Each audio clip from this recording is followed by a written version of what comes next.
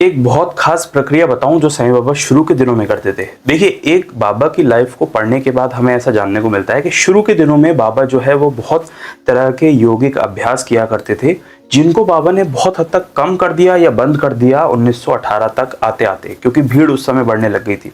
अच्छा, शुरुआती दिनों में साईं बाबा योगिक प्रयास करते थे और वो परम सिद्ध थे, सारी सिद्धियां उनको प्राप्त थी, सारी योगिक क्रियाएं उनको आती थी। लेकिन जो योगिक क्रियाएं हमने देखी हैं या हमें भक्तों से जानने का मौका मिला है कि जिन भक्तों ने बताया है, सिर्फ उन्हीं के बारे में हम जानते हैं। जिनमें से एक जो बहुत अनोखी प्रक्रिया जिसके बारे में आपको बताऊंगा। साईं बाबा क्या करते थे, शुरुआती दिनों में बाबा द्वारका माई से निकल जाया करते थे और कुछ दूरी पर जाके जब एक खाली जगह आ जाती थी, चाहे लीडी बाग कह लो या उससे आगे जाकर, तो बाबा क्या करते थे, एक गड्ढा खोद दिया करते थे और गड्ढा खोदने के बाद अपनी गर्दन तक वो जो है उस गड्ढे के अंदर बैठ जाया करते थे और ऊपर से पूरा वो मिट्टी है ढक लिया करते थे गले तक। इस प्रक्रिया को महालसा पति जो बाबा के एक भक्त थे उन्होंने भी देखा और महालसा पति एक बार जब ढूंढते ढूंढते बाबा के पास आए तो बाबा को उस प्रक्रिया को, उस योगिक क्रिया को करते हुए देखा। और कई सारी सोर्सेज के अकॉर्डिंग हमें ऐसा जानने को मिलता है कि जो बाबा थे वो कई दिनों तक या कुछ घंटों तक उस जगह पर वैसे ही बैठे रहते थे, चाहे आंधी आए, चाहे तूफान आए, चाहे बरसात आए। तो ये एक अनोखी योगिक क्रिया हमें देखने को मिलती है, लेकिन हम फिलहाल इसको डिकोड नहीं कर सकते कि इसकी वजह क्या थी।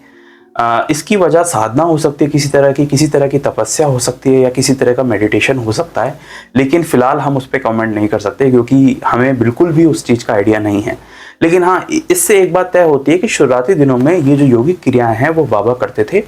और एक बात और तय होती है, बाबा ने इनको कभी भी शो ऑफ करने के लिए या प्रदर्शन करने के लिए कभी भी यूज़ नहीं किया, क्योंकि हम जहाँ भी ये चीज़ पढ़ते हैं वहाँ एक चीज़ जरूर लिखी होती है कि द्वारका माई से पर्याप्त दूरी पर जाके, मतलब एक प्रॉपर डिस्टेंस पर जाके बाबा ये सब योगिक क्रियाएं किया करते थे, ताकि लोगों की भीड़ भाड़ से दूर, शांत एकांत में। और यही वजह रही होगी कि नहीं तो अगर बाबा को किसी को कुछ दिखाना होता तो बाबा उसी जगह पर कोई भी योगिक क्रिया या सिद्धि का उपयोग कर सकते थे। अच्छा, साईं बाबा की जो योगिक क्रियाएं हैं उसका वर्णन हमें साईं सच्चरित्र में भी पढ़ने को मिलता है, जिसमें से एक खंड योग और एक धोती क्रिया भी पढ़ने को मिलती है। धोती क्रिया असल में योगा में एक क्रिया होती है जिसमें एक लंबा कपड़ा लिया जाता है और गले के माध्यम से उसे उतारा जाता है, जिससे पेट और आंतें साफ की जाती हैं। लेकिन बाबा की जो धोती क्रिया थी वो भक्तों ने करते देखी। बाबा ने अपनी पेट की आंतें निकाली और उसको धोकर पेड़ पे टांग दिया। ये साईं सच्चरित्र में एग्जैक्ट वर्डिंग लिखी हुई है अगर आप पढ़ें तो। और सेकंड जो योगिक क्रिया पढ़ने को मिलती है वो खंड योग। खंड योग में बाबा ऐसा बताते हैं कि बाबा ने अपने जो शरीर है उसके टुकड़े टुकड़े किए और फिर किसी ने सोचा कि बाबा का किसी ने मर्डर कर दिया, लेकिन अगले दिन आके देखा तो बाबा की बॉडी वैसी की वैसी। तो ये जो अनोखी योगिक क्रियाएं हैं जो भक्तों ने अपनी आंखों से देखी है शिरडी में, ये हमें साईं सच्चरित्र में पढ़ने को मिलती हैं।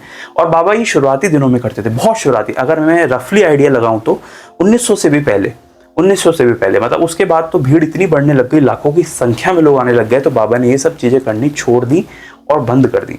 और शुरू में भी जब बाबा ये करते थे तो पर्याप्त दूरी पर जंगल में निकल जाया करते थे।